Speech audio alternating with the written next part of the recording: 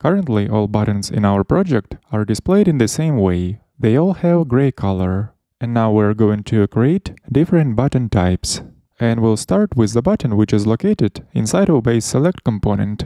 As we can see, this component contains base button. So let's open up base button component, and right here we're gonna create new script tag, and inside we're gonna declare new constant with the name type classes. And keys of this object will represent different button types.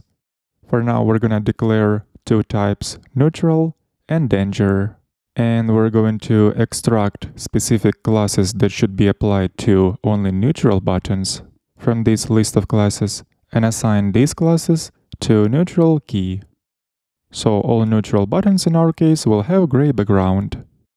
And danger buttons will have almost the same classes, but the color will be red.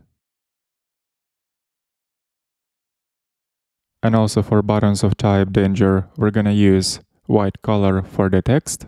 And then in the template, we're going to interpolate the following expression inside of class attribute. To this list of classes, we're gonna add specific classes depending on the type of the current button.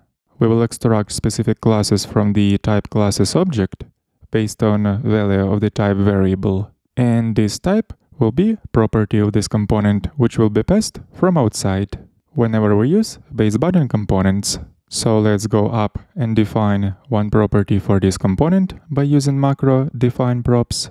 Let's say that default type for our buttons will be neutral, and the type of this property will be string. Validation rules for this property we will define a little bit later, and for now let's go to activity item component and pass this property to base button component. In this component we have button to delete activity, so in this case, inside of the type property, we'll pass danger type. And before we test this in a browser, let's go back to base button component and use curly braces instead of square brackets to declare object, since constant type classes holds an object. And indeed, in the browser we will see two different buttons, red one and a gray one. So our newly defined button types work properly. Let's go back to the editor and explicitly define available button types in the form of constants.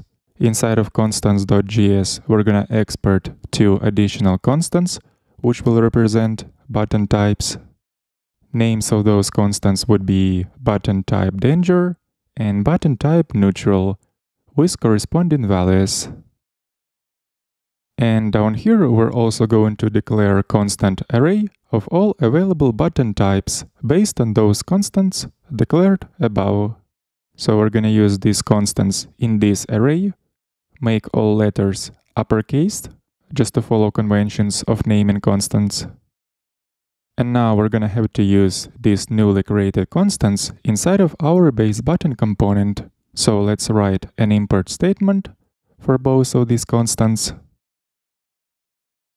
We are importing those constants from constants module. And now let's reference constant button type neutral as the default value for property type. And then down here, where we declare type classes object, we're gonna use dynamic object keys just to specify our button types. And since these are dynamic values, we're gonna have to wrap those in square brackets. And then let's go back to activity item component, where we passed type to base button component. And now instead of passing static string, we're gonna import constant button type danger. And this constant will be sent as value for property type into base button component. So after doing those changes, we are not supposed to see any visual differences. But now in our project, we have two different button types explicitly declared in the form of constants. And now if we're gonna need to declare another button type, all we have to do is to add another constant to represent different button type. After this, let's go back to base button component, and in here, we're gonna write validation function for property type. Let's call this validation function isButtonTypeValid, and I'll use the link to this function in the key validator inside of prop configuration object. And this validation function will be pretty similar to another function with the name isPageValid.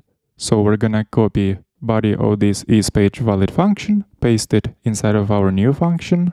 But in this case, we're gonna have to check if the passed button type is included within array of all button types, which we store inside of button types constant. And now all we have to do is to import this button types constant from within constants module. And this way we can be sure that the property with a name type inside of base button component will receive valid button type. Otherwise, we're gonna get warning in browser console. And let's simulate the situation where we pass wrong button type inside of type prop in here. And just like that, we're gonna receive corresponding validation warnings in our console. And of course, the red background color for the delete activity button wasn't applied. So let's revert changes we have just done to activity item component, and let's finish this lesson.